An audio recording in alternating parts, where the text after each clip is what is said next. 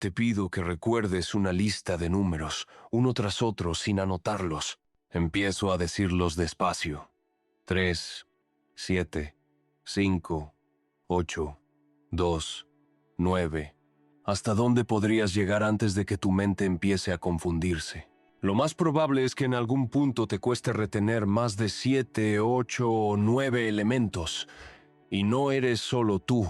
La mayoría de las personas en el mundo comparte este límite tan curioso. Nuestra memoria de corto plazo parece tener un techo, un espacio reducido que solo admite unas pocas piezas de información a la vez. ¿Por qué será que nuestro cerebro, tan complejo y poderoso, se comporta como si tuviera una pequeña bandeja que solo puede sostener un puñado de recuerdos inmediatos? ¿Qué secretos se esconden detrás de ese número tan específico? ¿El famoso 7 más menos 2? Buenas noches y bienvenido a Ciencia para Dormir. Aquí hablamos de ciencia en un tono sereno, como si conversáramos bajo la luz tenue de una lámpara, dejando que las ideas fluyan mientras el sueño se acerca suavemente. Si te gusta acompañarnos en estos viajes tranquilos por el conocimiento, te invito a dar like y suscribirte al canal.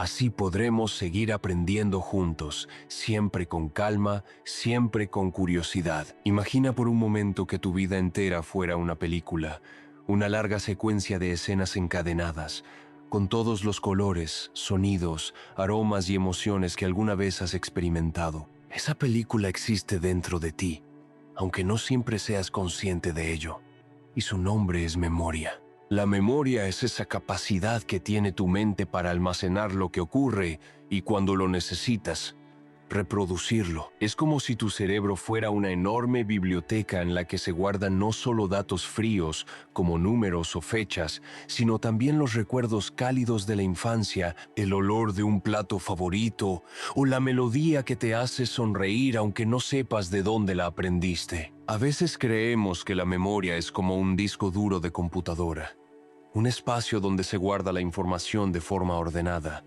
esperando a ser abierta cuando haga falta. Pero la realidad es más misteriosa y a la vez más hermosa. La memoria no es un archivo estático, sino un proceso vivo. No solo conserva, también transforma, mezcla y reconstruye. Cada vez que recuerdas algo, no solo sacas la carpeta exacta de un cajón, sino que reescribes parte de esa escena. De algún modo, cada recuerdo es como una fotografía que, al ser observada, se vuelve a pintar con nuevos colores. Piensa en un cuaderno de notas. Cuando anotas algo importante, quizá una lista de compras, sabes que ese papel te servirá para no olvidarlo después. Tu memoria cumple una función similar, pero no necesita tinta ni hojas. Es como si llevaras un cuaderno invisible siempre contigo. Allí escribes lo que ves, lo que escuchas, lo que aprendes. Algunas notas se borran con rapidez, como si fueran escritas con tiza en un pizarrón que el viento se encarga de limpiar. Otras, en cambio, se van reforzando, línea tras línea, hasta quedar grabadas con la firmeza de la tinta que resiste el paso de los años. Esta diferencia nos lleva a hablar de los tipos de memoria. No toda la información se guarda de la misma manera. Existen varios sistemas, y entre ellos se destacan dos que conviene distinguir con calma: la memoria de corto plazo y la memoria de largo plazo. La memoria de corto plazo es como esa pizarra pequeña que llevas en el bolsillo.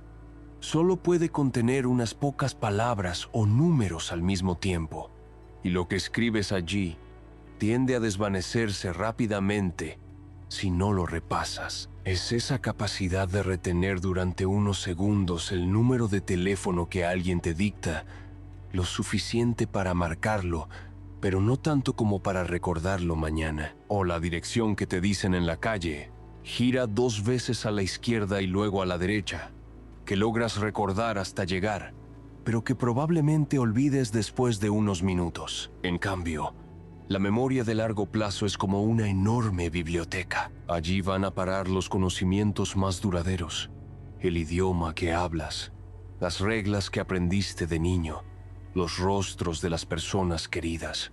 Esta memoria no tiene un límite tan marcado como la de corto plazo. Es flexible y expansiva, como un archivo que crece con cada experiencia y que puede acompañarte toda la vida. Ahora, la diferencia entre ambas no solo está en la duración, sino también en la manera en que se procesan los recuerdos. La memoria de corto plazo actúa como una especie de filtro. Es la primera parada a la que llega la información nueva. Imagina una estación de tren muy concurrida. Cada pasajero que llega representa un dato, un olor, un sonido, una palabra, una imagen. Pero no todos los pasajeros se quedarán. Algunos se bajan allí mismo, desaparecen al instante. Otros, en cambio, toman el tren que conecta con la gran ciudad. La memoria de largo plazo. Solo una parte logra viajar hacia ese destino más permanente. Esto significa que, en el día a día, tu mente está constantemente seleccionando qué conservar y qué dejar ir. Y lo curioso es que muchas veces no eres consciente de esas decisiones. ¿Por qué recuerdas con claridad la canción que sonaba en tu adolescencia y en cambio olvidas la contraseña que usaste ayer? ¿Por qué un olor puede despertar un recuerdo vívido de hace 20 años, mientras que el nombre de alguien que acabas de conocer se te escapa como agua entre los dedos? La respuesta está en cómo se organizan los sistemas de memoria y en lo que tu cerebro considera relevante.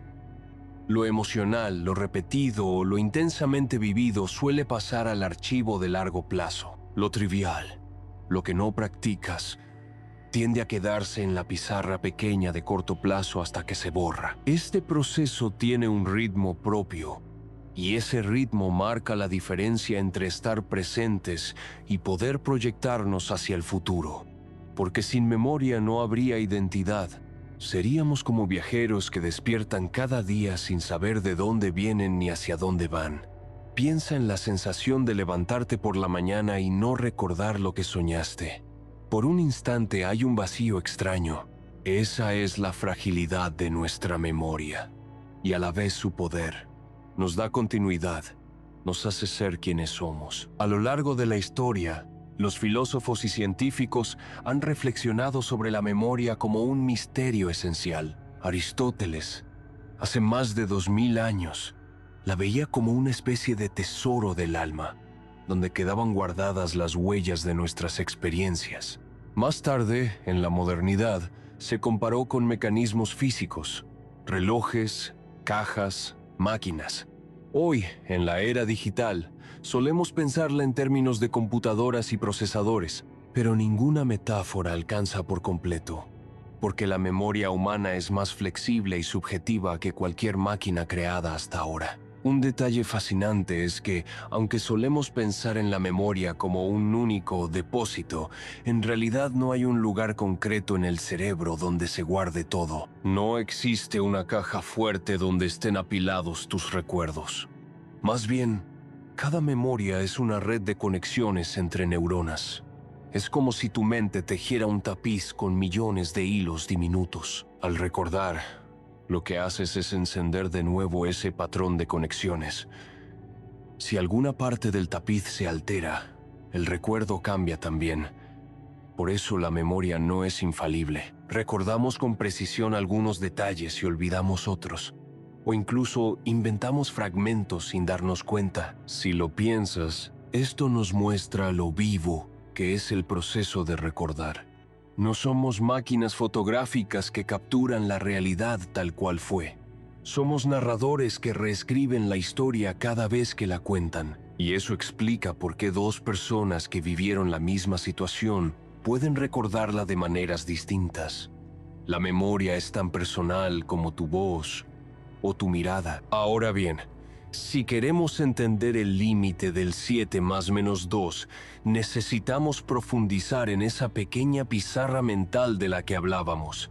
Ese espacio breve y frágil donde caben solo unos pocos elementos a la vez. Porque allí, en la memoria de corto plazo, es donde se pone en evidencia el número mágico que nos acompaña. Estás en medio de una tormenta. El cielo se ilumina de pronto con un relámpago brillante. Cierras los ojos y aún con los párpados cerrados, la silueta de esa luz queda flotando unos instantes en tu visión. Es como un eco visual, una estela luminosa que se resiste a desaparecer. Eso que experimentas es un ejemplo de lo que llamamos memoria sensorial, la primera parada de todo lo que percibimos, una especie de antesala de la memoria de corto plazo. La memoria sensorial funciona como una puerta giratoria. Todo lo que entra por nuestros sentidos, luces, sonidos, olores, texturas, sabores, pasa por esa puerta.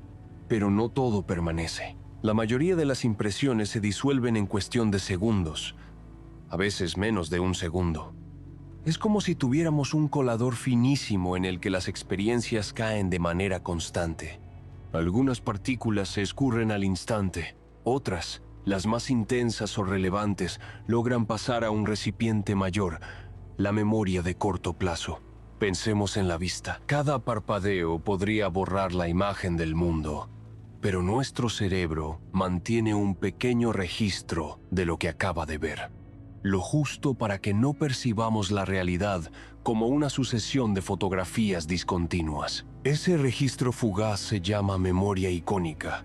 Gracias a ella, el relámpago permanece unos instantes en tu mente, o la figura de un objeto sigue estando presente aunque ya no lo estés mirando de frente. Es un recurso delicado, como la huella de un dedo sobre un vidrio empañado.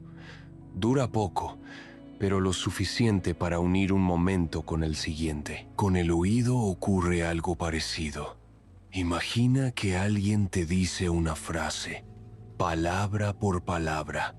Si las palabras desaparecieran en el instante exacto en que las pronuncian, no podrías comprender el mensaje completo. Para que tenga sentido, tu cerebro necesita retener unos segundos el sonido de cada sílaba, encadenándolas en una melodía de significado. Eso es la memoria ecoica, la forma auditiva de la memoria sensorial, como el eco en una montaña, que repite por un breve tiempo lo que se acaba de pronunciar. Esta memoria sostiene los sonidos el tiempo suficiente para que la mente los procese. La memoria sensorial también se manifiesta en el tacto, en el gusto y en el olfato. Piensa en el calor de una taza de café entre tus manos. Aunque apartes la taza, la sensación térmica no se desvanece de golpe. Permanece como un recuerdo inmediato en tu piel. O en el caso de un aroma, al entrar en una panadería, el olor a pan recién horneado se queda impregnado unos segundos, incluso si el aire se mueve y lo diluye. Ese instante de permanencia permite que tu cerebro diga, «Ah, esto es pan, esto es familiar». Sin esa memoria sensorial, cada segundo sería un presente aislado, imposible de conectar con el anterior. La función de este sistema, entonces, es darnos continuidad. La memoria sensorial actúa como el pegamento que une los instantes. Sin ella, verías el mundo como un conjunto de destellos inconexos. Gracias a ella, puedes percibir movimiento en una película, aunque en realidad no son más que imágenes fijas proyectadas rápidamente una tras otra. Tu cerebro retiene brevemente cada fotograma y al hacerlo, los une en una secuencia fluida. Este detalle es tan cotidiano que rara vez lo notamos, pero piensa qué maravilla.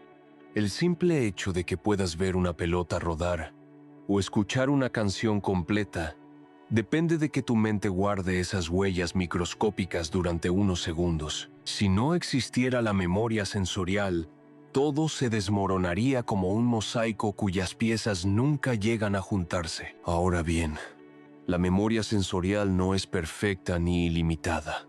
Más bien, es como una ola que avanza y se repliega sin cesar. Apenas notas la cresta, ya se ha deshecho en la arena. Su duración se mide en milésimas o segundos. Lo que logra captar debe decidirse de inmediato, o se desvanece, o asciende al siguiente nivel, el de la memoria de corto plazo. Imagina que entras a una habitación repleta de objetos. Tus ojos reciben miles de estímulos al mismo tiempo, formas, colores, movimientos. Sin embargo, Solo unos pocos llegan a tu conciencia. Quizá recuerdas el cuadro colgado en la pared o la persona que se mueve en un rincón.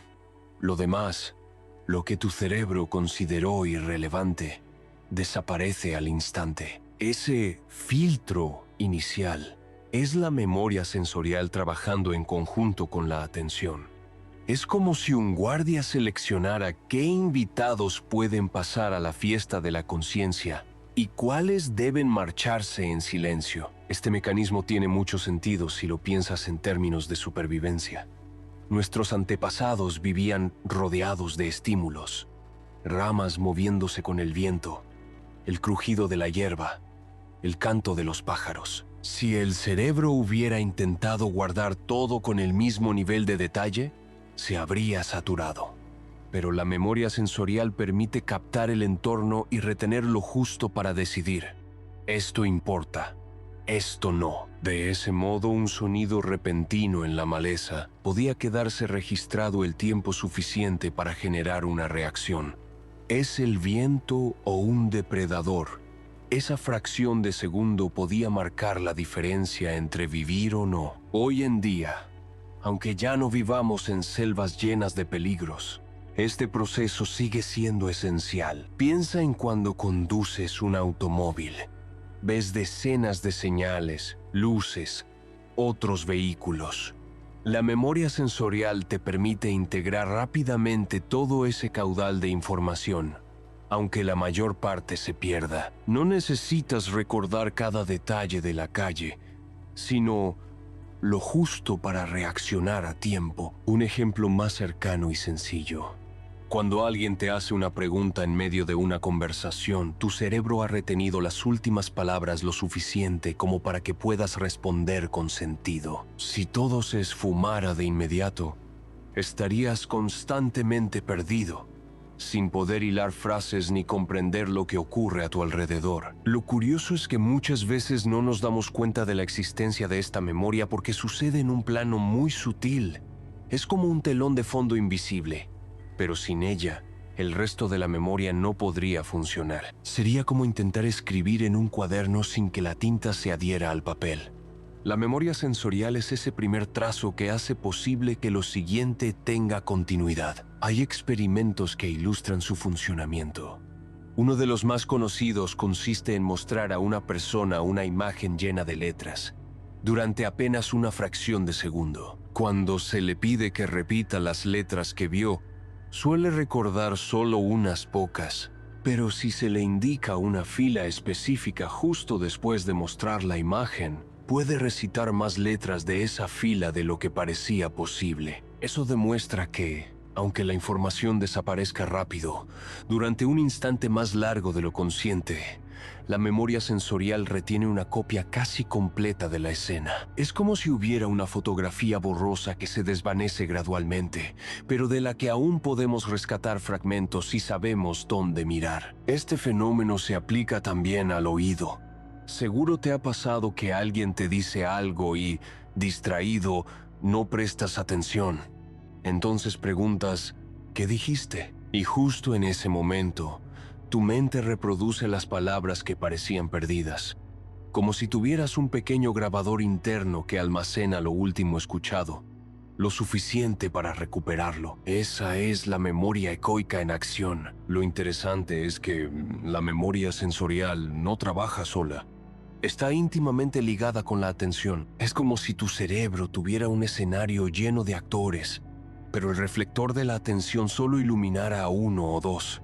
Los demás siguen ahí, por un instante hasta que se apaga la luz. La memoria sensorial ofrece la posibilidad de elegir qué se quedará con ese foco y qué se desvanecerá en la oscuridad. Sin embargo, la relación con la memoria de corto plazo es clave. La sensorial es apenas la antesala. Para que un recuerdo pueda mantenerse unos segundos más y ser manipulado, debe dar el salto a la memoria de corto plazo. Es como si la huella del relámpago, al ser notada, se transformara en una palabra que escribes en tu pizarra mental. Solo así puedes sobrevivir más allá de los primeros segundos. La transición entre estos sistemas es fluida. No hay un límite claro que diga, Aquí termina la memoria sensorial y comienza la de corto plazo. Más bien, es un proceso continuo, como el cauce de un río que alimenta a un lago. La corriente inicial, breve y veloz, lleva parte de su caudal a una superficie más amplia, donde el agua puede quedarse un poco más. Podemos decir entonces que la memoria sensorial es la primera chispa, la huella instantánea de lo que vivimos.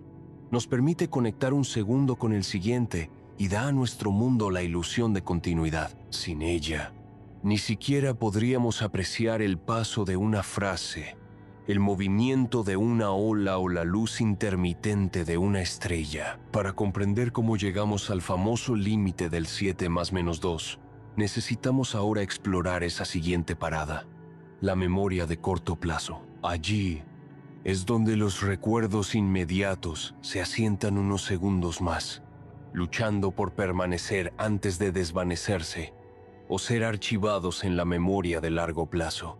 Imagina que alguien te dicta un número de teléfono. Te lo dice despacio, cifra por cifra.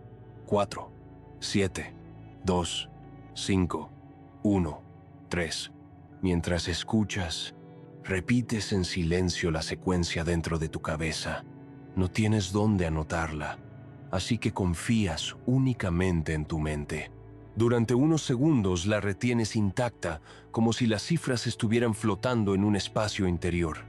Ese instante de almacenamiento, tan breve y tan frágil, es lo que llamamos memoria de corto plazo. La memoria de corto plazo es como una pequeña sala de espera dentro de tu mente. Allí llega la información que acabas de percibir y se queda un ratito, lo justo para ser utilizada o desechada. No está pensada para guardar recuerdos de por vida, ni siquiera de horas. Su función principal es sostener datos inmediatos durante unos pocos segundos, tal vez un minuto si los repasas constantemente. Después, esa información tiende a desvanecerse, como un dibujo hecho con el dedo sobre la arena húmeda que pronto borra la marea. Podemos definirla como un sistema de almacenamiento temporal. Su característica esencial no es tanto la duración, que ya sabemos que es muy breve, sino su capacidad limitada. Y es aquí donde aparece el misterio y la belleza de nuestra mente. Porque, aunque tenemos la sensación de que podemos retener muchas cosas al mismo tiempo, en realidad lo que cabe en esta pequeña sala es sorprendentemente poco. Volvamos al ejemplo del número de teléfono.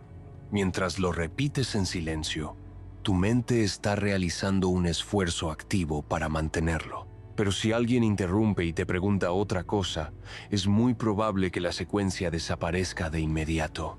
Un simple ¿quieres café? Puede borrar en un segundo los dígitos que estaba sosteniendo en equilibrio. La memoria de corto plazo es así de delicada, como una bandeja con vasos de cristal que se puede volcar al menor tropiezo. Esta fragilidad no significa que sea inútil, todo lo contrario, es fundamental para nuestra vida cotidiana. Gracias a ella podemos seguir una conversación, leer una frase larga y entender su sentido, hacer cálculos mentales o simplemente recordar las instrucciones que alguien nos dio hace instantes. Imagina que te dicen, dobla en la segunda esquina a la izquierda y luego cruza la calle. Esa indicación vive unos segundos en tu memoria de corto plazo, lo justo para guiarte hasta el lugar indicado. Sin este recurso, cada instrucción se perdería antes de poder usarla, y viviríamos en un presente desconectado, incapaces de hilar acciones coherentes. Aquí conviene distinguir dos aspectos importantes: la duración y la capacidad. A menudo se confunden, pero no son lo mismo. La duración de la memoria de corto plazo se refiere al tiempo que una información puede permanecer allí, sin repaso. Diversos estudios muestran que, en promedio, los datos se mantienen unos 20 o 30 segundos. Después, tienden a desvanecerse. Sin embargo, hay un truco.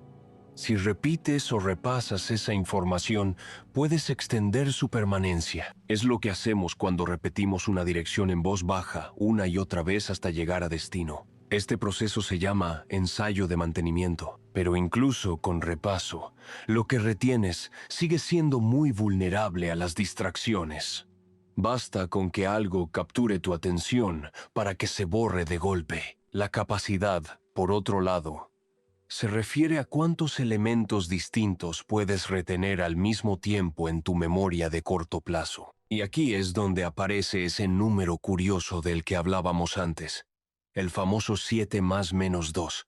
Es decir, la mayoría de las personas puede sostener entre 5 y 9 elementos simultáneamente. No importa si son palabras, números o imágenes simples, el límite se mantiene sorprendentemente estable. Es como si nuestra pizarra mental tuviera espacio solo para unas pocas fichas antes de saturarse. Este límite ha sido confirmado en numerosos experimentos a lo largo de los años. Por ejemplo, cuando se le pide a alguien que escuche una lista de números y luego la repita, rara vez puede superar ese rango. Lo mismo ocurre con letras o palabras cortas, y aunque se puede entrenar un poco, la barrera parece estar inscrita en nuestra arquitectura mental. La memoria de corto plazo no es una maleta elástica que puedas llenar sin fin. Es más bien una caja pequeña que cumple con su propósito precisamente porque no acumula demasiado. Podríamos compararla con la bandeja de un camarero. Lleva algunos platos en equilibrio, pero si intentas apilar demasiados, se caen. Del mismo modo, tu memoria de corto plazo sostiene unos cuantos datos, pero al llegar a su límite, empieza a fallar. ¿Te ha pasado alguna vez que alguien te dicta una lista de cosas para comprar y, al llegar al supermercado, recuerdas solo las primeras y las últimas, olvidando las del medio? Ese es el efecto típico de la capacidad limitada. Ahora bien, esta restricción tiene una explicación funcional. Si nuestra memoria de corto plazo pudiera almacenar decenas de elementos, tal vez estaríamos constantemente abrumados. La atención se dispersaría y sería difícil decidir qué es realmente importante. La limitación, en cierto modo, nos protege. Nos obliga a priorizar, a seleccionar lo relevante y descartar lo accesorio. De este modo, la memoria de corto plazo actúa como un filtro que prepara el terreno para la memoria de largo plazo. Solo una parte de lo que llega aquí pasará a guardarse de forma más duradera. La diferencia entre duración y capacidad puede verse con claridad en la lectura. Cuando lees una frase, las palabras que ya viste permanecen unos segundos en tu memoria de corto plazo. Lo justo para que, al llegar al final de la oración, puedas comprenderla en conjunto. Si la frase es muy larga y complicada, tal vez tu memoria de corto plazo se sature. Entonces tienes que retroceder y leer de nuevo, porque los primeros elementos ya se desvanecieron. Aquí la duración juega un papel. No es que no puedas almacenar más, sino que el tiempo de retención ya se agotó. Por otro lado, piensa en cuando alguien te da instrucciones que incluyen varias tareas.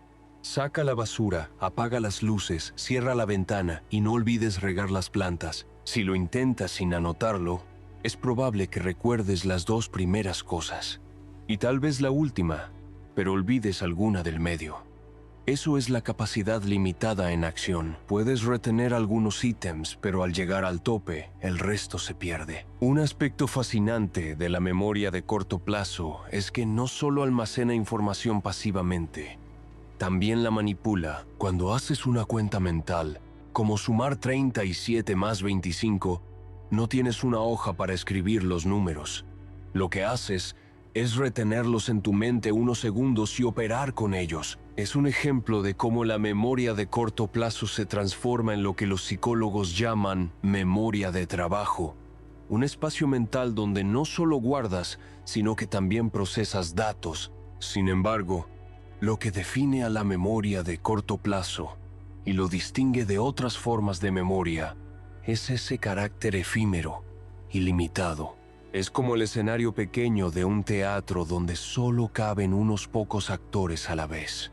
Los demás esperan detrás del telón, y si no entran en el momento justo, quizá nunca lo hagan. Esta limitación, lejos de ser un defecto, es una pieza esencial de cómo funciona la mente humana.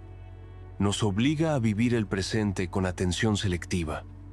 Lo que no cabe en esa pequeña sala, lo dejamos ir.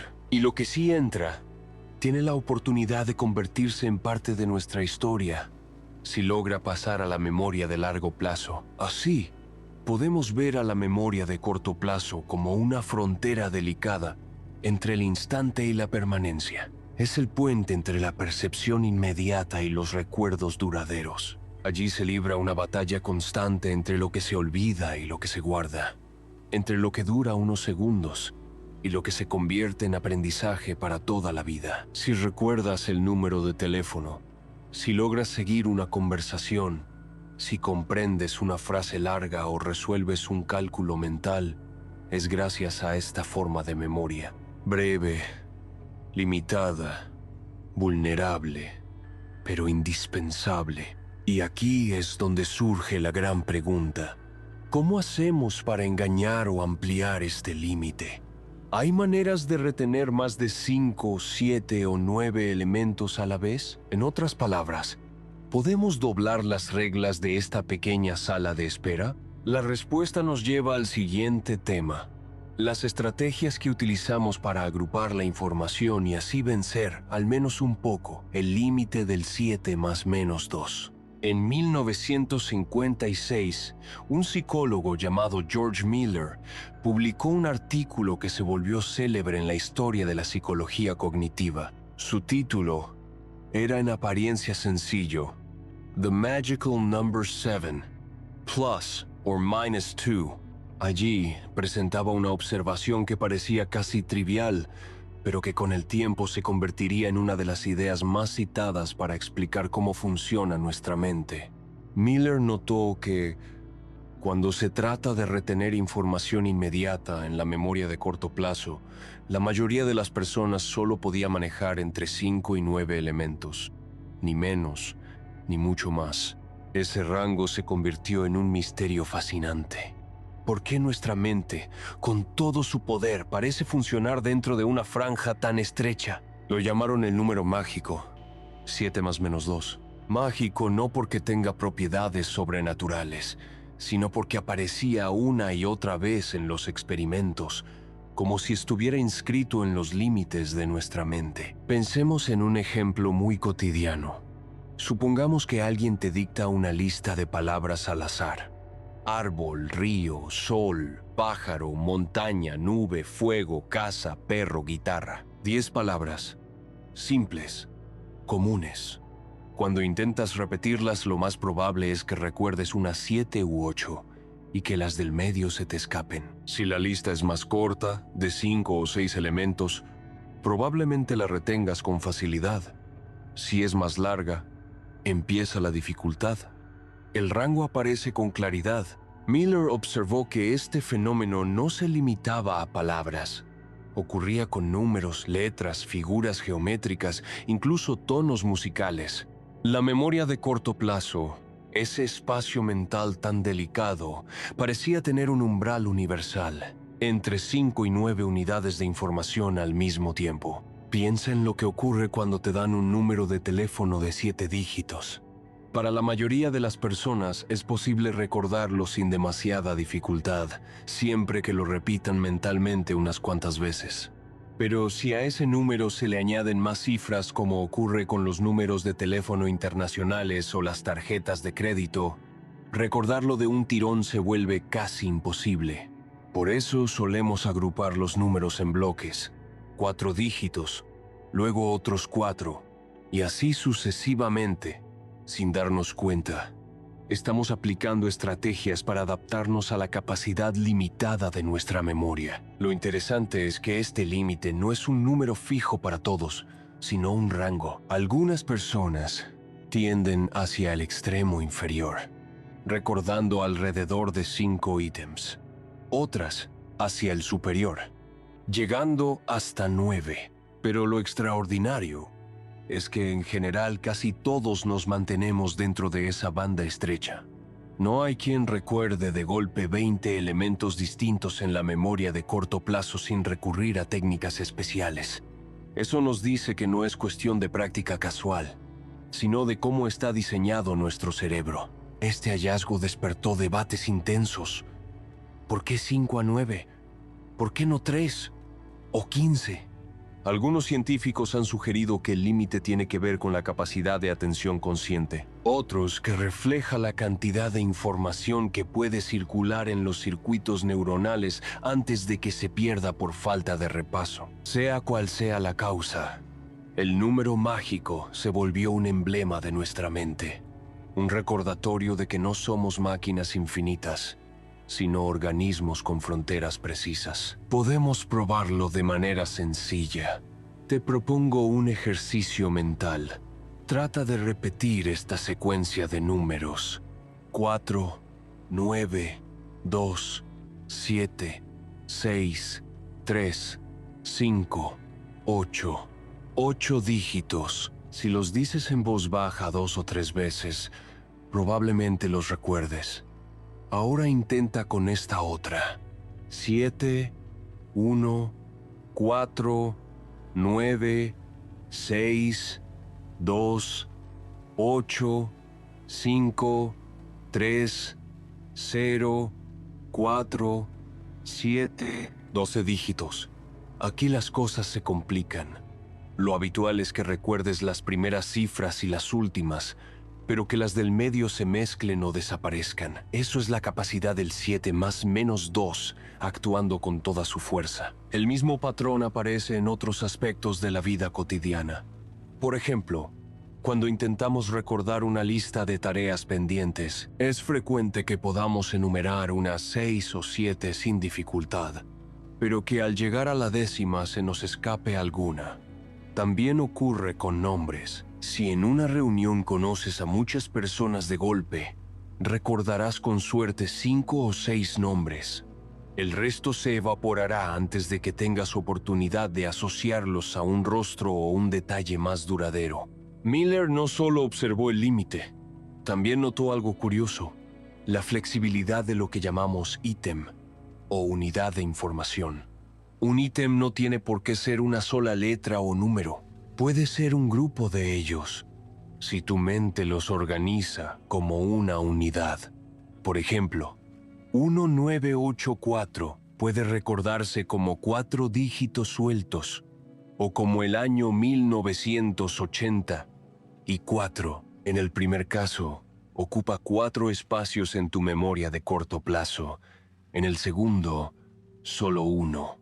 De esta manera, con ingenio, podemos engañar al límite del 7 más menos 2. Esa idea abrió la puerta al concepto de chunking o agrupamiento, del que hablaremos más adelante. Pero por ahora basta con entender que nuestra memoria de corto plazo tiene una capacidad definida y que funciona mejor cuando organizamos la información en unidades significativas. Podríamos decir que el número mágico es como el ancho de una carretera. Puedes tener coches grandes o pequeños, pero la carretera sigue teniendo solo unos carriles determinados. No importa qué transporte uses, si intentas meter demasiados vehículos al mismo tiempo, se producirá un atasco. De la misma forma, la memoria de corto plazo puede manejar 7 unidades, más o menos 2, sin importar si esas unidades son simples o complejas. Es importante aclarar que el número de Miller no pretende ser exacto hasta la última persona. Existen diferencias individuales, variaciones culturales y hasta fluctuaciones diarias. Hay días en los que estás más descansado y tu memoria de corto plazo parece llegar hasta 9 ítems. Otros días, con fatiga o distracción, apenas logras sostener 5. Pero lo sorprendente es que en conjunto, la mayoría de la población mundial se mantiene dentro de ese rango estrecho. El impacto de este descubrimiento se extendió mucho más allá de la psicología. Influyó en el diseño de teléfonos, de menús en computadoras, incluso en la forma en que los profesores organizan los contenidos en clase. Sabemos que los humanos procesamos mejor la información cuando se presenta en bloques de 7 elementos aproximadamente. Más de eso resulta difícil de retener en un solo vistazo. Volvamos a los ejemplos prácticos. Si intentas memorizar esta lista: manzana, plátano, fresa, uva, melón, kiwi, naranja, verás que resulta sencillo. Son 7 elementos, y la mayoría de las personas puede recordarlos con facilidad durante unos segundos. Pero si añado 3 más: pera, cereza, sandía, el reto aumenta. Ahora la lista tiene 10, y lo más probable es que al intentar repetirla te equivoques en alguno. El límite se hace sentir. Este fenómeno se nota también en la música. Muchas canciones populares usan frases melódicas que se repiten en grupos de alrededor de 7 notas, porque son fáciles de recordar. El propio lenguaje, con sus frases cortas y su gramática, parece adaptarse a las limitaciones de la memoria de corto plazo. Es como si la cultura hubiera aprendido intuitivamente a organizar la información en bloques compatibles con nuestro número mágico. Hay algo casi poético en esto. Un rango tan específico, tan humano, que nos acompaña en todo. En las conversaciones, en los teléfonos, en las canciones. Es como una huella invisible que marca nuestro modo de vivir. Por supuesto, no todo queda fijo. Existen estrategias para extender este límite. Y con práctica podemos aprender a manipularlo. Pero antes de entrar en esos trucos, vale la pena recordar que el número mágico 7 más menos 2 no es un defecto ni una carencia. Es más bien una señal de cómo funciona nuestra mente de manera natural. Nos recuerda que no podemos con todo al mismo tiempo, que necesitamos organizar, seleccionar y dar forma a la información para no perdernos en el caos. Así que la próxima vez que intentes recordar una lista de cosas y te sorprendas olvidando alguna, no lo veas como un fallo personal. Es simplemente tu cerebro trabajando dentro de los márgenes de su diseño. Y, en cierto modo, es tranquilizador saber que casi todos compartimos esa misma limitación, que nuestras mentes siguen un patrón común, pero no todo queda fijo. Podemos engañar a este límite.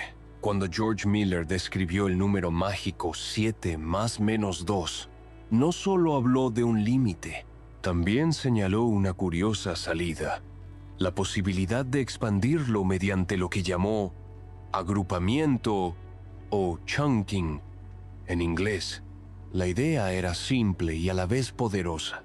Aunque nuestra memoria de corto plazo no pueda manejar más de unos pocos elementos a la vez, esos elementos no siempre tienen que ser piezas pequeñas. Podemos reorganizar la información en bloques significativos y de esa manera transformar muchos ítems en unos pocos. Piensa en una larga secuencia de números como esta: 1, 9, 8, 4, 1, 9, 9, 5, 1, 9, 9, 9, 12 dígitos en total. Si intentas recordarlos tal cual, es casi seguro que se volverán un enredo.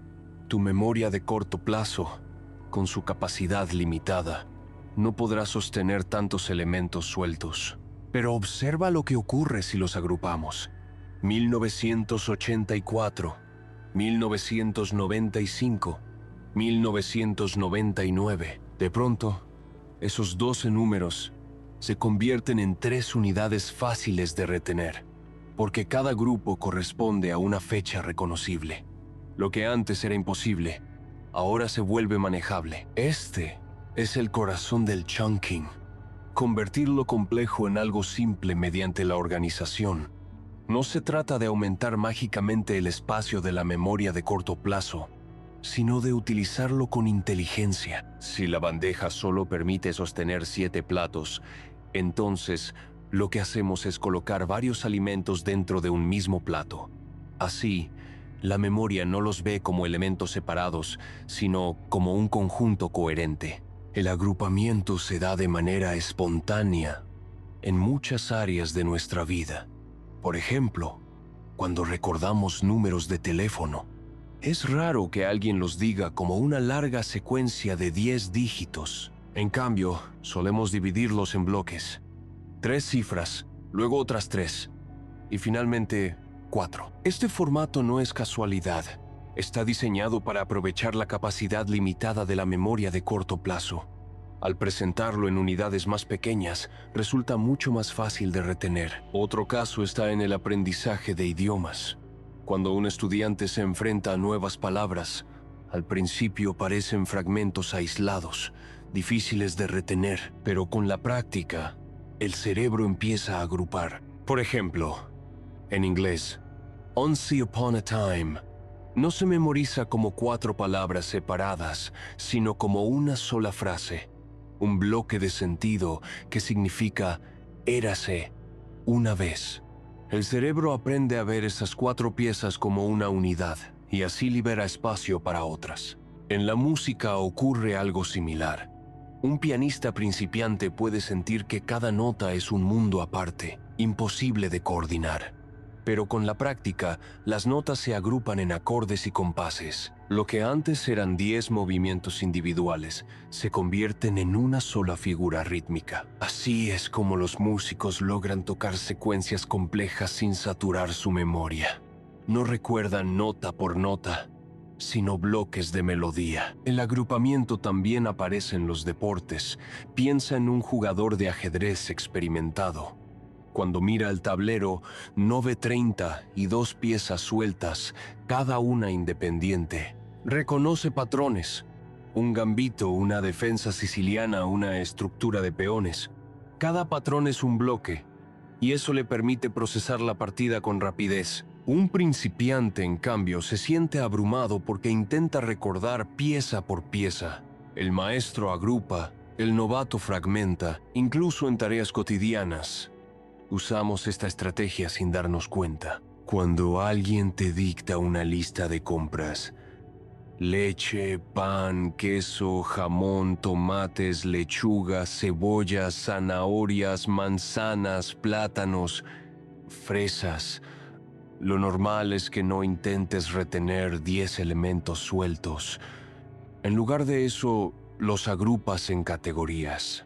Piensas, lácteos, leche, queso, jamón, panadería, pan, verduras, tomates, lechuga, cebollas, zanahorias, frutas, manzanas, plátanos, fresas. Así, en lugar de 10 cosas, tu memoria maneja 4 bloques. Mucho más fácil de recordar cuando caminas por el supermercado. Lo fascinante del chunking es que aprovecha la forma en que nuestro cerebro busca patrones y significados. No nos gusta ver datos aislados. Tendemos a organizarlos. Al hacerlo, los convertimos en unidades con sentido.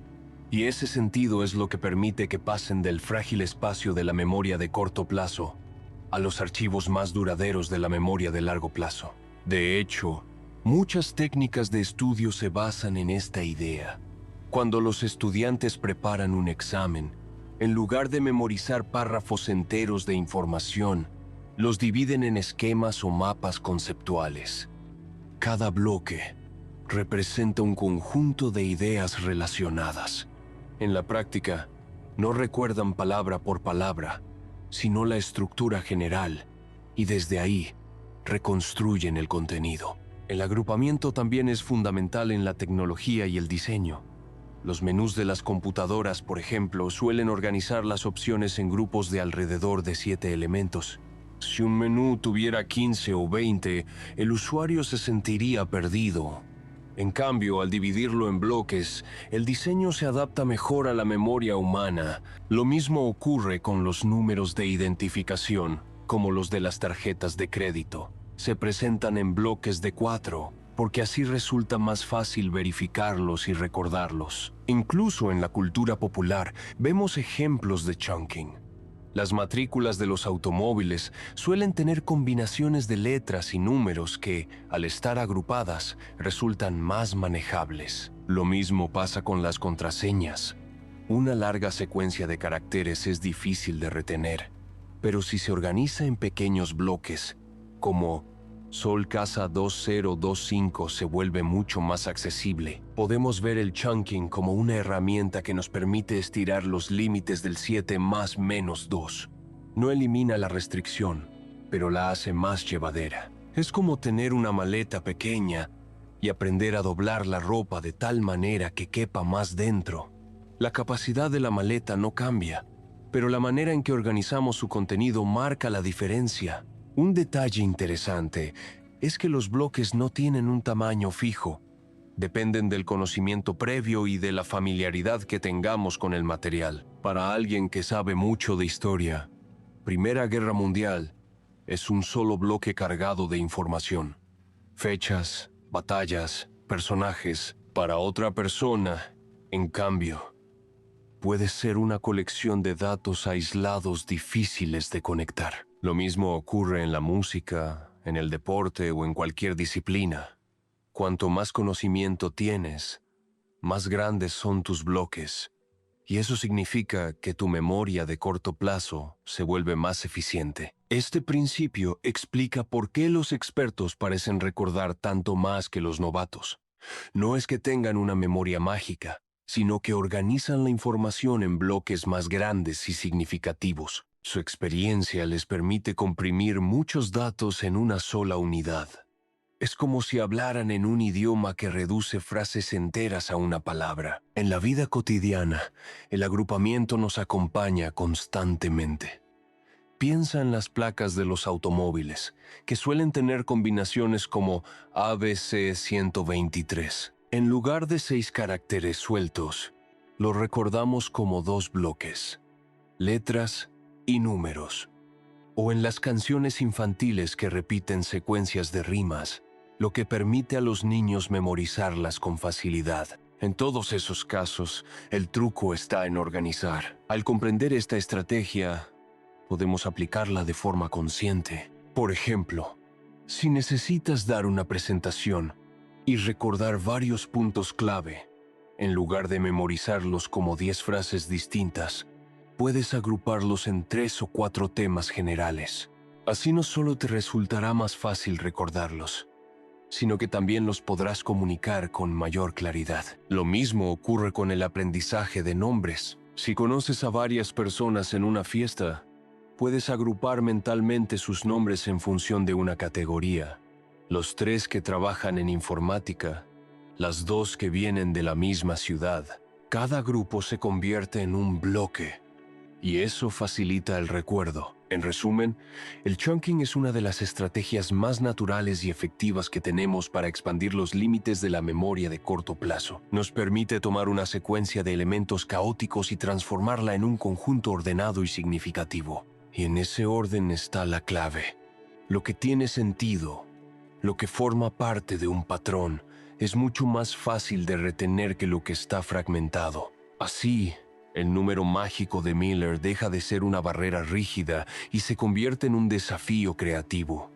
No podemos escapar al 7 más menos 2, pero podemos jugar con la forma de organizar lo que cabe dentro. Esa es la verdadera magia del agrupamiento. Transformar muchos en pocos y lo complejo en lo simple. Y aquí surge la pregunta siguiente. Si podemos organizar la información en bloques, ¿qué otros factores influyen en que nuestra memoria de corto plazo funcione mejor o peor? El estrés, la fatiga, las distracciones, todos ellos tienen un impacto decisivo. La memoria de corto plazo, con su límite del 7 más menos 2, ya de por sí es frágil y vulnerable.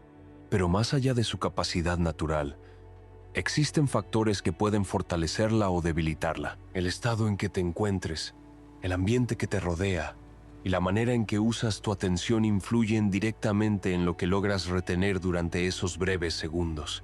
Uno de los factores más conocidos es el estrés. Cuando te encuentras bajo presión, tu mente parece dispersarse.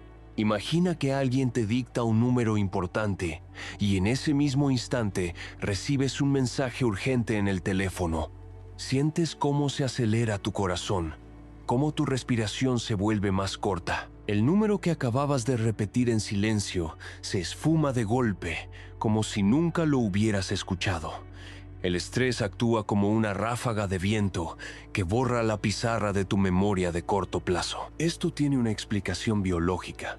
Ante el estrés, tu cuerpo libera hormonas como el cortisol y la adrenalina. Estas sustancias preparan al organismo para reaccionar rápidamente, pelear, huir, protegerse, pero a costa de desviar recursos que normalmente usarías para procesar y retener información. La atención se vuelve más estrecha, enfocada en la amenaza, y la memoria inmediata sufre. Es por eso que en un examen, en una entrevista laboral o en una situación tensa, Es común olvidar datos que en un ambiente tranquilo recordarías sin esfuerzo. Otro enemigo poderoso de la memoria de corto plazo son las distracciones. Piensa en la escena cotidiana de estar en la cocina, recordando que ibas a buscar la sal. En ese momento alguien te habla o escuchas un sonido desde otra habitación. Pierdes el hilo y, de pronto, te preguntas, ¿a qué venía yo aquí? La información había quedado en tu memoria de corto plazo, lista para guiarte durante unos segundos, pero la interrupción la borró antes de que pudiera transformarse en acción. Las distracciones funcionan como un segundo borrador que pasa por encima de lo que acababas de escribir en tu pizarra mental. Cada vez que un nuevo estímulo llama tu atención, ocupa el lugar de lo que estabas reteniendo. Dado que la memoria de corto plazo solo puede sostener unos pocos elementos a la vez, la entrada de uno nuevo suele desplazar a otro. Así, en un ambiente lleno de estímulos, notificaciones, conversaciones, ruidos de fondo, resulta mucho más difícil mantener una secuencia de información. La fatiga es otro factor crucial.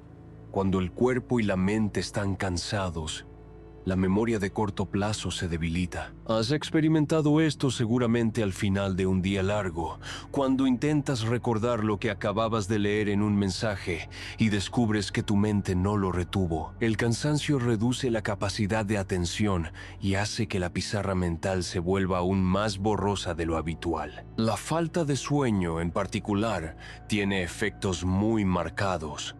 Dormir es esencial para consolidar recuerdos y mantener el cerebro en equilibrio. Cuando no duermes bien, tu memoria de corto plazo funciona de manera errática. Puedes retener algunos ítems por un instante, pero la probabilidad de perderlos aumenta. Por eso, tras una noche de insomnio, las tareas más simples, como seguir instrucciones o recordar una lista corta, se convierten en un desafío. La multitarea merece una mención especial. Vivimos en un mundo que a menudo nos exige hacer varias cosas a la vez. Responder un mensaje mientras escuchas a alguien. Leer un correo mientras participas en una reunión. Sin embargo, el cerebro humano no está diseñado para dividir la memoria de corto plazo entre múltiples frentes. Lo que en realidad ocurre es que alternamos la atención muy rápido y en cada cambio perdemos parte de la información anterior. Es como intentar equilibrar varios platos girando al mismo tiempo. En cuanto mueves tu mano para sostener uno, otro empieza a tambalearse. Un ejemplo cotidiano de esto se ve al conducir.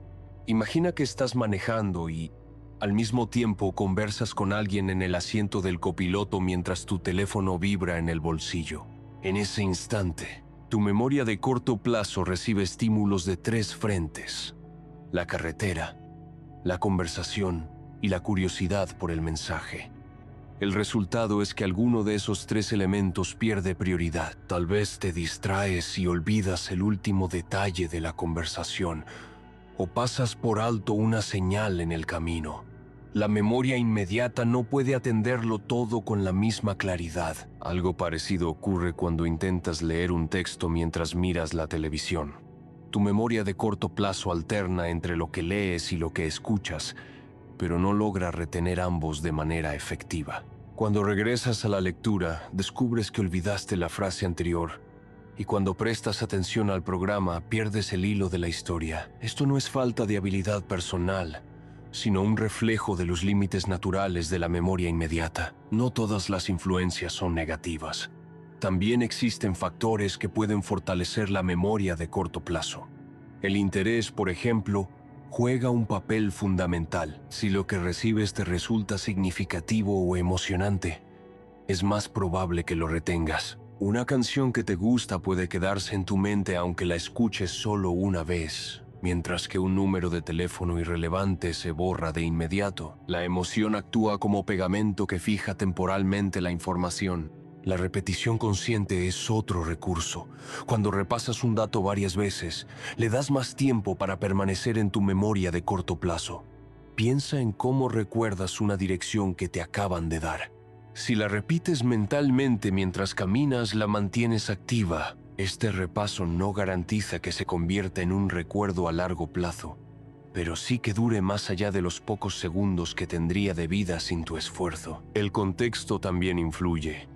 Recordar una lista de palabras es más fácil si se relacionan entre sí que si están completamente desconectadas. Si te digo mesa, silla, sofá, lámpara, cama, tu memoria de corto plazo lo maneja mejor porque son objetos de una misma categoría. Muebles. En cambio, si digo mesa, nube, teléfono, foca, guitarra, la lista se vuelve más difícil. El cerebro necesita encontrar sentido, y cuando lo encuentra, la retención mejora. La práctica y la experiencia también hacen su aporte. Una persona que se entrena en juegos de memoria o que practica un deporte que requiere concentración desarrolla estrategias para lidiar con los límites naturales de su memoria de corto plazo. No significa que rompa el rango del 7+-2, pero sí que aprende a organizar mejor lo que entra en ese espacio. En la vida diaria, todos hemos vivido ejemplos claros de estos factores en acción. Estás cocinando, recuerdas que necesitas agregar sal, pero justo suena el timbre. Atiendes la puerta, intercambias unas palabras, y al regresar a la cocina ya no recuerdas si habías puesto sal o no. La interrupción borró lo que tu memoria de corto plazo estaba sosteniendo. O piensas en la típica situación de estar hablando por teléfono, apuntando un número en un papel. Alguien entra en la habitación y te pregunta algo banal. ¿Quieres té o café? En ese instante, el número desaparece, como si hubiera caído por una grieta. Tu memoria de corto plazo no pudo sostener ambas cosas a la vez. Estos ejemplos nos recuerdan lo delicado que es este sistema. La memoria de corto plazo no es una bóveda de acero, sino una pizarra de tiza expuesta al viento. Cualquier soplo, estrés, distracción, fatiga, multitarea puede borrar lo que estaba escrito. Sin embargo, esta vulnerabilidad también nos enseña a valorar la atención plena. Cuando te concentras en una sola tarea, le das a tu memoria de corto plazo el espacio que necesita para funcionar bien. Cuando reduces las distracciones y manejas el estrés, la bandeja se vuelve más estable. Y cuando respetas el descanso, tu memoria recupera su frescura natural. Así que no se trata solo de aceptar los límites del 7+-2, sino de comprender que esos límites se vuelven más estrechos o más flexibles según el estado en que nos encontremos. En un día tranquilo y descansado, puedes llegar a recordar hasta 9 elementos. En un día caótico y agotador, apenas 5. Somos organismos vivos, no máquinas estáticas, y nuestra memoria refleja esa condición. Con esto en mente, podemos avanzar un paso más. Ya entendemos qué es la memoria de corto plazo, cómo funciona y qué factores la afectan. Pero todavía falta explorar un concepto clave que la amplía y la transforma: la memoria de trabajo. Ese espacio donde no solo almacenamos información, sino que también la manipulamos y la usamos para razonar. Hasta ahora hemos hablado de la memoria de corto plazo como si fuera una pequeña sala de espera donde se sostienen unos pocos elementos durante un instante. Pero con el tiempo, los psicólogos comenzaron a darse cuenta de que esa descripción se quedaba corta. La memoria inmediata no solo guarda información de manera pasiva, también la manipula, la combina y la transforma en el mismo momento en que la usamos. Fue así como nació un concepto más amplio y dinámico: la memoria de trabajo. La idea de que la memoria no es solo un contenedor temporal empezó a desarrollarse a mediados del siglo XX. Cada vez resultaba más evidente que, al resolver tareas cotidianas, nuestra mente no se limitaba a sostener datos, sino que los movía, los reorganizaba y los utilizaba activamente. Por ejemplo, cuando sumas mentalmente 37+25, no basta con recordar ambos números. Tienes que separarlos en decenas y unidades. Sumar primero 7+5, llevarte una decena y luego añadirla a las decenas. Todo ese proceso ocurre en cuestión de segundos, dentro de un espacio mental flexible. Ese espacio es la memoria de trabajo. Uno de los psicólogos que mejor desarrolló esta idea fue Alan Baddeley.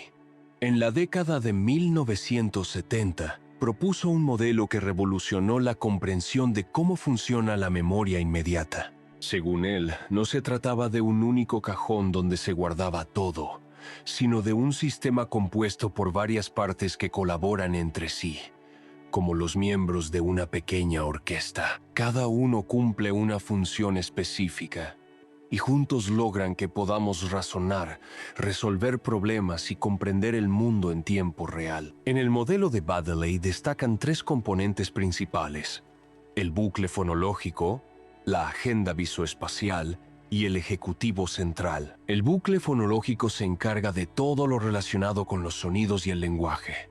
Es como un grabador interno que retiene palabras y números durante unos segundos, permitiéndonos repetirlos o transformarlos. Cuando alguien te dicta un número de teléfono y lo repites en silencio para no olvidarlo, estás usando tu bucle fonológico. Este sistema tiene dos partes: un almacén fonológico, que guarda los sonidos por un instante, y un proceso de repaso articulatorio, que los refresca cada vez que los repites mentalmente. Es como tener una cinta magnética que se borra rápido, pero que puedes volver a grabar si la haces sonar una y otra vez. La agenda visoespacial, en cambio, se ocupa de la información visual y de la localización de objetos en el espacio. Es la que te permite recordar dónde dejaste las llaves mientras buscas la chaqueta, o mantener en mente la posición de las piezas al jugar ajedrez. También es la que usas cuando tratas de imaginar cómo encajarán los muebles en una habitación, o cuando resuelves un rompecabezas mentalmente. Esta agenda funciona como una pizarra donde dibujas mapas y figuras, sosteniéndolos lo suficiente para poder manipularlos. El ejecutivo central es la parte más compleja y a la vez la más difícil de definir. Se le describe como el director de orquesta, el que coordina todo lo demás. No almacena información en sí mismo, pero decide qué atender, qué ignorar, qué enviar al bucle fonológico y qué a la agenda visoespacial. También es el que reparte los recursos de atención cuando realizamos varias tareas. Si el bucle fonológico es como un grabador y la agenda visoespacial como una pizarra, el ejecutivo central es quien decide qué grabar y qué dibujar en cada momento. Más adelante, Baddeley añadió un cuarto componente a su modelo: el buffer episódico, un espacio donde la información de distintas fuentes se combina para crear representaciones más completas. Gracias a él, podemos integrar lo que escuchamos con lo que vemos y lo que recordamos de experiencias pasadas. Por ejemplo, cuando alguien te cuenta una historia y logras imaginarla con detalles, estás usando ese buffer episódico para unir palabras, imágenes y emociones en un todo coherente. Este modelo nos ayuda a comprender que la memoria de trabajo no es un lugar fijo, sino un proceso activo. No se limita a sostener elementos sueltos, sino que los organiza en estructuras que nos permiten razonar. Es como si tu mente tuviera un escritorio pequeño donde puedes colocar unas cuantas hojas. En ese escritorio no solo dejas las hojas quietas, sino que las comparas, las mueves y escribes encima de ellas. La limitación sigue ahí: el escritorio no es infinito, pero dentro de ese espacio reducido ocurren operaciones esenciales para el pensamiento. Un ejemplo claro es cuando resuelves un cálculo mental. Si te pido multiplicar 14 por 3 sin usar lápiz ni papel, probablemente lo harás en 2 pasos. Primero, 3 por 4, que da 12, te llevas una decena. Luego, 3 por 1, que da 3, y sumas la decena que llevabas. Obtienes 42. Todo ese proceso ocurre en tu memoria de trabajo. No solo guardas los números, sino que los manipulas en el orden correcto. Otro ejemplo cotidiano: leer un párrafo largo y entenderlo. Mientras avanzas en la lectura, tu memoria de trabajo retiene las frases anteriores, las conecta con la actual y construye el sentido general. Si se interrumpe esa retención, el texto pierde coherencia y tienes que retroceder para recuperar el hilo. El aprendizaje depende en gran medida de esta memoria. Cuando estudias un tema nuevo, La información se mueve primero por la memoria de trabajo, que la organiza en bloques antes de enviarla a la memoria de largo plazo. Por eso, el entrenamiento de la memoria de trabajo se considera clave en la educación y en el desarrollo de habilidades cognitivas. Pero hay algo que conviene recordar. Al igual que la memoria de corto plazo, la memoria de trabajo también es limitada. No podemos mantener demasiadas operaciones a la vez en nuestra mente. Por eso, si intentas resolver un cálculo complicado mientras alguien te habla, es probable que termines perdiendo el hilo de uno de los dos. El ejecutivo central, por hábil que sea, tiene un ancho de banda reducido. Sin embargo, esas limitaciones no deben verse como un defecto. Al contrario, son parte de la forma en que nuestra mente se equilibra entre simplicidad y complejidad. La memoria de trabajo actúa como un puente entre lo que percibimos ahora y lo que recordamos del pasado. Gracias a ella podemos planear, anticipar y tomar decisiones. Un detalle fascinante es que este sistema se activa incluso en situaciones muy simples. Cuando te dan una dirección, como ve hasta la plaza, gira a la derecha y entra en la segunda calle. No solo guardas esas palabras unos segundos, también las transformas en una representación espacial dentro de tu mente, como si dibujaras un mapa improvisado. Y mientras caminas, tu ejecutivo central revisa el mapa y lo ajusta según lo que ves. Esa combinación de lenguaje y espacio es posible gracias a la memoria de trabajo. Este concepto ha cambiado la manera en que entendemos el pensamiento humano. Antes, se creía que la memoria inmediata era solo una etapa breve antes de la memoria de largo plazo. Ahora sabemos que es mucho más. Un laboratorio mental en miniatura donde experimentamos con ideas y soluciones, y así llegamos a una conclusión interesante. La memoria de trabajo es lo que nos permite ir más allá del simple presente. Nos da la capacidad de sostener varias piezas de información, compararlas y producir algo nuevo. Es el origen del razonamiento, de la creatividad y de la planificación. Sin ella, estaríamos atrapados en una secuencia interminable de instantes, incapaces de relacionarlos entre sí. Hay una pregunta que surge con naturalidad cuando hablamos de la memoria de corto plazo. ¿Por qué no podemos recordar 20 cosas al mismo tiempo? ¿Por qué nuestra mente se queda atrapada en ese rango del 7 más menos 2 y no nos permite almacenar decenas de elementos simultáneamente? A primera vista, parecería más ventajoso tener una memoria ilimitada, como la de un ordenador con terabytes de capacidad disponible. Sin embargo, la evolución rara vez desperdicia energía en lo innecesario. Si nuestra mente funciona con un límite tan estrecho, es porque ese límite tuvo y sigue teniendo un valor adaptativo profundo. Para entenderlo, pensemos en lo que ocurriría si pudiéramos recordar 20 cosas a la vez con la misma intensidad. Nuestra mente estaría constantemente saturada. Cada conversación, cada detalle del entorno, cada estímulo que percibimos nos invadiría sin pausa. Sería como abrir 20 pestañas en un navegador al mismo tiempo y esperar que todas carguen a máxima velocidad. El resultado no sería mayor eficiencia, sino bloqueo. Una sobrecarga que impediría tomar decisiones rápidas. La memoria de corto plazo, con su capacidad limitada, actúa como un filtro natural. Nos obliga a priorizar lo que realmente importa en cada momento.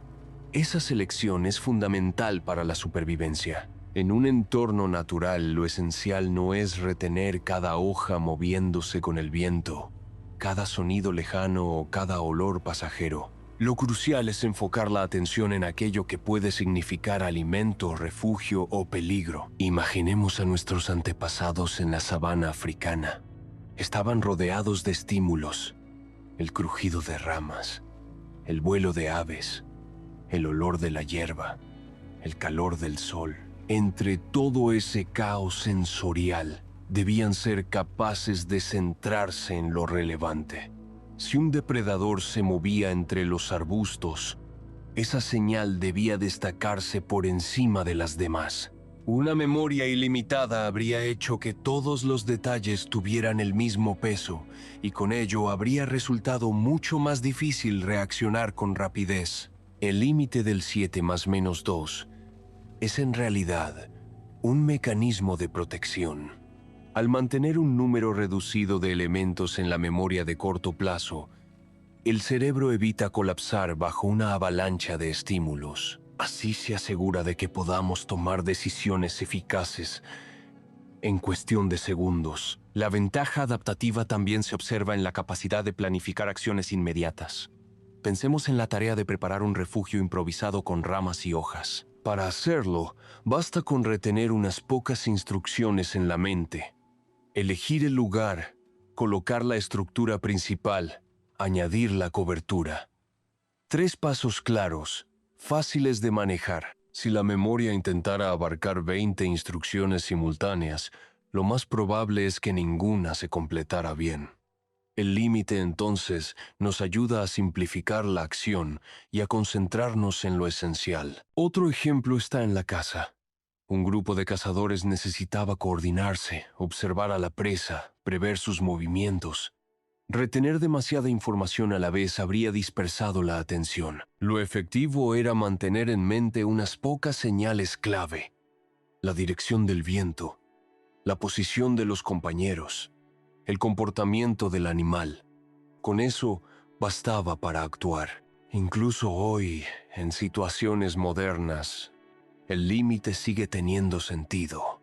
Al conducir un automóvil, por ejemplo, no necesitamos recordar cada detalle del paisaje, sino solo unos cuantos elementos vitales: la velocidad, la posición de los otros coches, las señales de tránsito. Si intentáramos retener cada árbol, cada persona en la vereda, cada cartel en las tiendas, el cerebro colapsaría.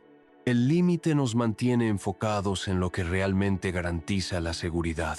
Este rasgo también tiene relación con la economía de energía del cerebro. Recordar consume recursos biológicos. Cada neurona que se activa, cada sinapsis que mantiene información, implica gasto de glucosa y oxígeno.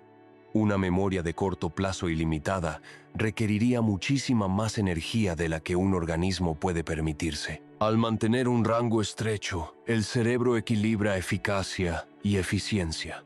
Sostiene lo necesario, sin derrochar. Hay algo profundamente humano en esta limitación.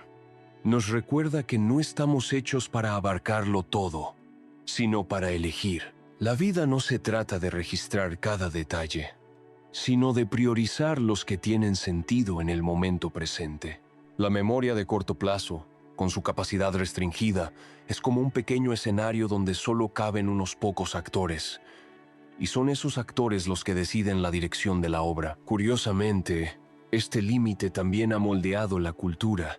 El lenguaje, por ejemplo, parece adaptarse a la capacidad de la memoria. Las frases suelen organizarse en bloques de unas pocas palabras, fáciles de retener. Los discursos efectivos dividen la información en unidades manejables, porque saben de manera intuitiva que el oyente no puede procesar 20 ideas al mismo tiempo. La retórica, la música, incluso el diseño de herramientas digitales, todo parece estar marcado por esa frontera invisible. Algunas investigaciones sugieren que, más allá de la supervivencia inmediata, el límite del 7 más menos 2 favoreció la cooperación social. En un grupo, poder retener unas pocas reglas compartidas: quién hace qué, dónde se encuentra el refugio, cuáles son los peligros principales, era suficiente para coordinarse. Una memoria ilimitada habría saturado al individuo con detalles, pero no necesariamente habría mejorado la cohesión del grupo. Podríamos decir entonces que nuestra mente encontró un equilibrio: recordar lo suficiente para actuar y adaptarse, pero no tanto como para distraerse con lo irrelevante. El límite nos mantiene funcionales, nos obliga a vivir el presente con atención selectiva, a elegir qué entra en ese espacio breve y qué queda afuera. En este sentido, el número mágico no es un defecto, sino una ventaja evolutiva. Nos recuerda que la memoria no es un archivo imparcial, sino un mecanismo afinado por la supervivencia. Y esa supervivencia depende menos de acumular y más de discernir. Así, el hecho de no poder recordar 20 cosas al mismo tiempo es, paradójicamente, lo que nos permite vivir con eficacia. No somos máquinas de datos, somos seres que priorizan, que destacan lo importante entre el ruido. Esa es la verdadera utilidad del límite: protegernos de la saturación y guiarnos hacia lo esencial. Con esta visión más amplia, podemos dar un paso más, porque la memoria no solo tiene valor adaptativo, también condiciona la manera en que aprendemos y construimos conocimiento. El límite del 7 más menos 2 no solo afecta la supervivencia, sino también la educación, la creatividad y la forma en que almacenamos lo que aprendemos día tras día. Aprender es, en gran medida, un arte de la memoria. Cada vez que incorporamos un nuevo conocimiento, lo que hacemos es pasar de la percepción inmediata a la memoria de corto plazo. Y desde allí, si logramos organizarlo bien hacia la memoria de largo plazo, en este viaje, el límite del 7 más menos 2 actúa como una frontera invisible pero decisiva. No podemos aprender de golpe 20 conceptos sin que se nos escapen por las grietas de la memoria. La mente necesita que la información se presente en pequeñas dosis, en unidades manejables, y cuando esto ocurre, el aprendizaje se vuelve mucho más efectivo. Es como si nuestra memoria fuera una bandeja pequeña. Si intentamos colocar demasiadas piezas al mismo tiempo, algunas caerán, pero si vamos sirviendo los elementos de a pocos, en bloques bien organizados, la bandeja los sostiene sin problemas. En la práctica educativa, esto significa que todo lo que enseñamos o aprendemos debe respetar los límites naturales de la memoria. Un temario extenso no puede abordarse como un bloque único, porque la memoria de corto plazo no tiene capacidad para procesarlo de golpe. En cambio, al dividirlo en fragmentos más pequeños, cada uno dentro del rango del 7 más menos 2, los estudiantes pueden asimilarlo paso a paso. Pensemos en un ejemplo concreto. Imagina que tienes que estudiar los países de Europa.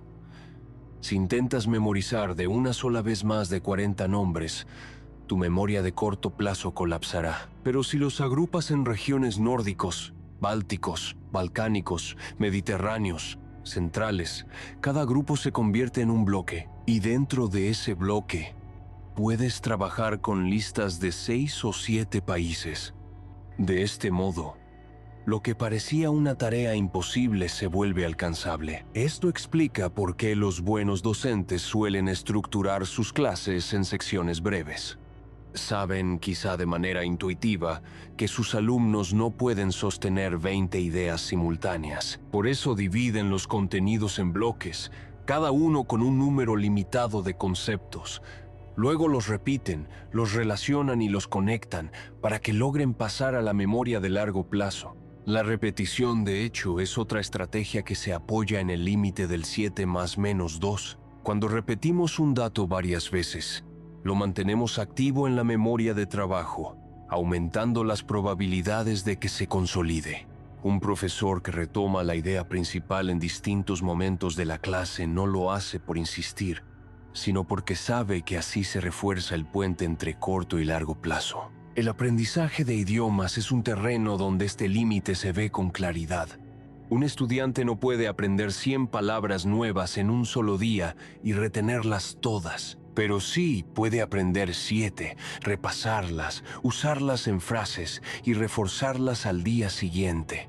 Con el tiempo, esas pequeñas unidades se van acumulando y forman un vocabulario más amplio. El secreto no está en la cantidad de golpe, sino en la constancia de pequeñas dosis que respetan la capacidad natural de la memoria. Las técnicas de estudio modernas, como los mapas conceptuales o las tarjetas de memoria flashcards, se basan en este principio. Cada tarjeta contiene una idea concreta, fácil de retener. Al revisar varias tarjetas en secuencia, el estudiante organiza la información en bloques, en lugar de enfrentarse a una masa confusa de datos. Así, La memoria de corto plazo puede procesarla y enviarla poco a poco a la memoria de largo plazo. La enseñanza de las matemáticas también refleja este límite. Al aprender a sumar o multiplicar, no se presentan operaciones complejas desde el inicio. Primero se trabajan pequeños pasos. Reconocer los números, sumar cifras simples, memorizar las tablas de multiplicar. Cada paso está dentro del rango de la memoria de corto plazo. Una vez consolidados, se combinan en operaciones más complejas. Sin ese orden gradual, el aprendizaje se volvería inabarcable. La música nos ofrece otro ejemplo hermoso. Un aprendiz de guitarra no comienza con una sinfonía entera. Empieza con acordes básicos, 3 o 4 posiciones que caben perfectamente en la memoria de corto plazo. Luego combina esos bloques en progresiones y más tarde en canciones completas. Lo mismo ocurre en la danza, donde las coreografías se aprenden en fragmentos cortos, repetidos una y otra vez, hasta que se encadenan en una secuencia larga. Este límite también explica por qué muchas personas encuentran difícil concentrarse en presentaciones o conferencias muy cargadas. Si un expositor presenta 20 conceptos en fila sin pausa, el público se pierde inevitablemente. Solo quedarán en la memoria los primeros y los últimos, mientras que el resto se desvanecerá. En cambio, cuando la exposición se organiza en bloques claros, con ejemplos y resúmenes intermedios, la memoria del oyente puede procesarla con éxito. En la vida cotidiana, aplicamos estas estrategias sin darnos cuenta. Cuando memorizamos una receta, no retenemos todos los ingredientes y pasos a la vez. Los dividimos. Primero los ingredientes principales, luego las cantidades, después el orden de la preparación. Cada bloque cabe en nuestra memoria de corto plazo y juntos construyen la totalidad de la receta. Algo similar ocurre en el trabajo. Un proyecto grande se descompone en tareas pequeñas, cada una dentro del rango manejable de la memoria. Así, paso a paso, se avanza sin perder de vista el objetivo. Es la forma natural en que los humanos transformamos lo complejo en posible. Este principio ha sido incluso aprovechado en el diseño de interfaces digitales. Los menús de aplicaciones suelen contener entre 5 y 9 opciones visibles, porque los diseñadores saben que ese es el rango que la memoria de corto plazo puede manejar cómodamente. Si un menú mostrara 20 opciones de golpe, los usuarios se sentirían abrumados y perderían eficacia. En resumen, aprender no significa volcar información sin límites, sino organizarla en fragmentos que respeten la capacidad de nuestra memoria. El límite del 7 más menos 2 no es un obstáculo, sino una guía. Nos dice, divide, organiza, repite. Y al hacerlo, el conocimiento se vuelve más accesible y duradero. Así, podemos ver que la memoria de corto plazo no solo afecta la supervivencia, sino también el modo en que enseñamos, estudiamos y transmitimos cultura. Todo aprendizaje efectivo, consciente o no, sigue esa regla. Presentar la información en bloques pequeños, reforzarla con repetición y conectarla con lo que ya sabemos. Con esta idea clara, estamos listos para explorar otro aspecto fascinante: los extremos y curiosidades de la memoria. Porque si bien todos compartimos un rango limitado, existen personas y casos excepcionales que parecen desafiarlo. Hasta aquí, hemos hablado de la memoria como si todos compartiéramos los mismos límites. Ese rango del 7 más menos 2 que parece marcar nuestra capacidad inmediata. Pero la realidad es que existen excepciones, curiosidades y casos extremos que muestran lo diversa y sorprendente que puede ser la memoria humana. Algunos individuos parecen tener capacidades extraordinarias, mientras que otros sufren limitaciones que nos recuerdan lo delicado que es este sistema. Uno de los fenómenos más llamativos son las personas con memoria excepcional, muchas de las cuales participan en competencias conocidas como campeonatos de memoria. En estos eventos, los concursantes se enfrentan a pruebas que parecen imposibles para la mayoría de nosotros. Recordar largas listas de números, secuencias de cartas de baraja, nombres y rostros de decenas de personas. o incluso páginas enteras de texto. Sin embargo, con entrenamiento, logran hazañas que desafían nuestra intuición sobre los límites de la memoria. ¿Cómo lo hacen? La clave está en que no confían en la memoria de corto plazo de manera directa, sino que emplean estrategias avanzadas de agrupamiento y asociación.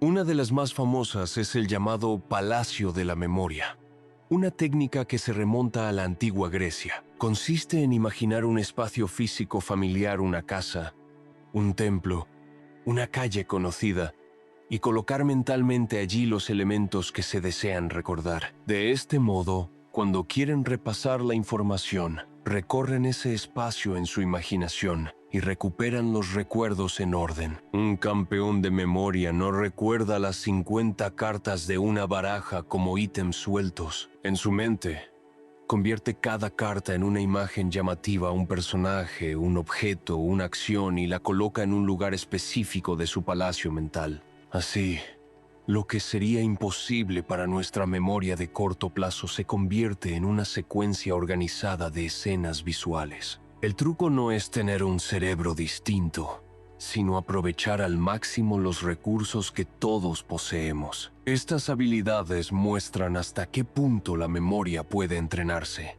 Aunque el límite básico del 7 más menos 2 se mantiene, el ingenio humano encuentra formas de expandirlo mediante estrategias. Es como aprender a doblar la ropa de manera que quepa más en una maleta pequeña.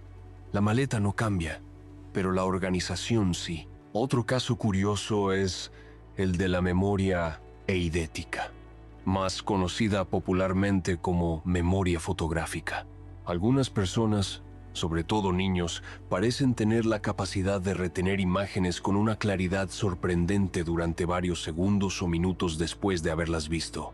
Pueden describir con detalle una página de un libro, como si la tuvieran aún frente a los ojos, o recordar un dibujo complejo sin esfuerzo aparente. Sin embargo, la memoria eidética no es tan común como a veces se cree. La mayoría de los adultos no la conserva, y los estudios muestran que incluso en los niños, su duración es limitada. No es una fotografía perfecta e infinita, sino más bien un eco visual más nítido de lo habitual. Con el tiempo, ese eco también se desvanece. La idea de una memoria fotográfica absoluta, capaz de retener cada detalle para siempre, pertenece más al mito que a la ciencia. Aún así, la existencia de estos casos nos recuerda que la memoria tiene grados de variación y que no todos percibimos ni retenemos el mundo de la misma manera. Hay quienes recuerdan conversaciones completas palabra por palabra y quienes solo conservan la idea general. Hay quienes tienen facilidad para recordar rostros y quienes luchan con ello a pesar de su esfuerzo. Cada cerebro ilumina la ciudad de la memoria de forma distinta. En el extremo opuesto de la memoria excepcional, encontramos los trastornos de la memoria de trabajo, que afectan la vida diaria de millones de personas. Uno de los más conocidos es el déficit de atención, que no solo se relaciona con la capacidad de concentrarse, sino también con la memoria inmediata. Una persona con este trastorno suele tener dificultades para mantener en mente varios pasos al mismo tiempo.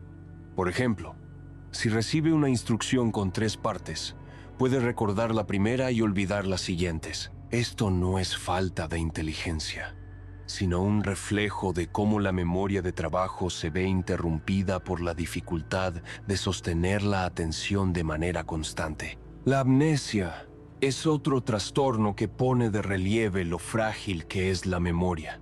Puede ser temporal o permanente, y sus causas van desde lesiones cerebrales hasta traumas emocionales. En algunos casos, la persona conserva intactos los recuerdos antiguos, pero no logra registrar los nuevos. Es como si el hipocampo encargado de consolidar la información hubiera dejado de funcionar como bibliotecario. Cada día se convierte en una especie de presente eterno, donde los recuerdos inmediatos no logran dar el salto hacia la permanencia. Existen, además, casos singulares como el de las personas con hipermnesia, una capacidad inusual para recordar una cantidad enorme de detalles autobiográficos. Estos individuos pueden decirte qué hicieron un día cualquiera de hace 10 años, con quién hablaron y qué ropa llevaban. Aunque suena fascinante, en la práctica puede ser abrumador, porque no todas las memorias que guardamos son agradables.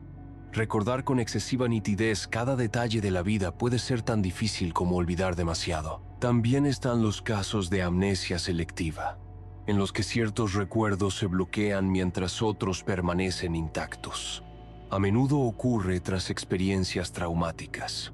El cerebro, en un intento de protegerse, parece cerrar las puertas a ciertos pasajes de la memoria. Es una muestra de cómo las emociones y la supervivencia influyen en lo que se retiene y lo que se pierde. En el terreno de la neurociencia, se han documentado pacientes capaces de recordar largas listas de dígitos tras una sola exposición, pero que no podían mantener una conversación fluida sin olvidar lo que acababan de escuchar. Otros, en cambio, tenían dificultades para retener cualquier dato inmediato, pero conservaban intactos recuerdos de la infancia.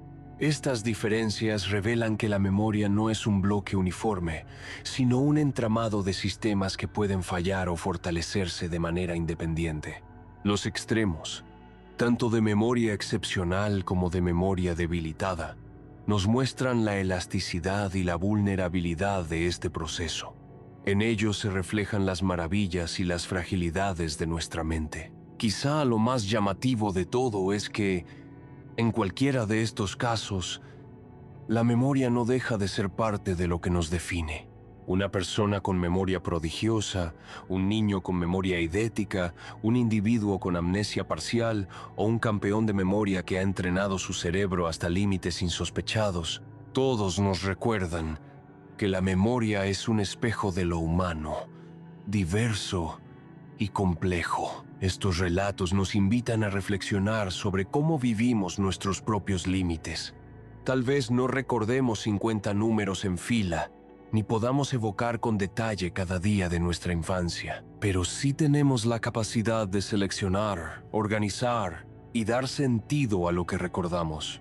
Y en ese sentido, la memoria es menos una cuestión de cantidad que de significado. Todo esto nos lleva a reflexionar sobre lo frágil y a la vez maravillosa que es nuestra memoria. Hemos recorrido un viaje tranquilo por los paisajes de la memoria.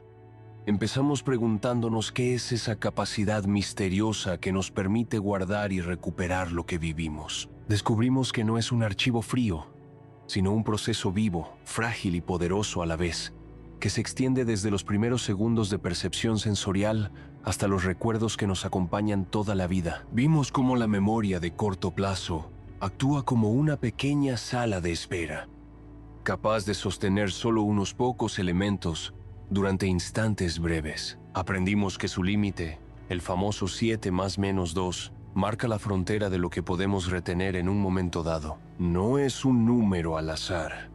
Es una huella inscrita en nuestra mente, un reflejo de cómo estamos diseñados para priorizar lo esencial y dejar ir lo accesorio. Exploramos también cómo podemos engañar a ese límite mediante el agrupamiento, transformando muchos ítems en pocos bloques significativos. Descubrimos que el estrés, las distracciones y la fatiga pueden borrar de golpe lo que intentamos sostener, mientras que la atención plena, el descanso y el interés refuerzan esa frágil pizarra mental. Vimos cómo la memoria de trabajo nos permite no solo retener, sino manipular información en tiempo real, como un pequeño laboratorio donde se combinan pensamientos, cálculos y decisiones. Paseamos por las luces del cerebro, viendo cómo el hipocampo, la corteza prefrontal y la amígdala se encienden en conjunto, como una ciudad nocturna que se ilumina para dar forma a nuestros recuerdos. Entendimos que este límite no es una debilidad,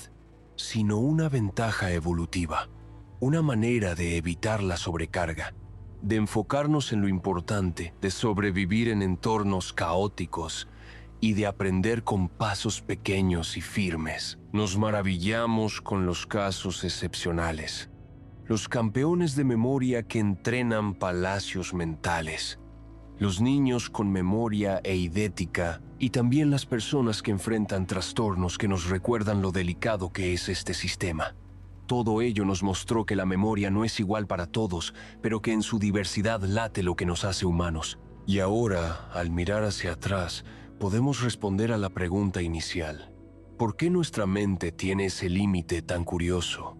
Porque el límite no es una carencia, sino un equilibrio. No estamos hechos para recordarlo todo, sino para retener lo justo y necesario para vivir, aprender y soñar. Nuestra memoria es pequeña y selectiva en su corto plazo, pero infinita en su capacidad de dar sentido a lo que recordamos. Así llegamos al final de este recorrido.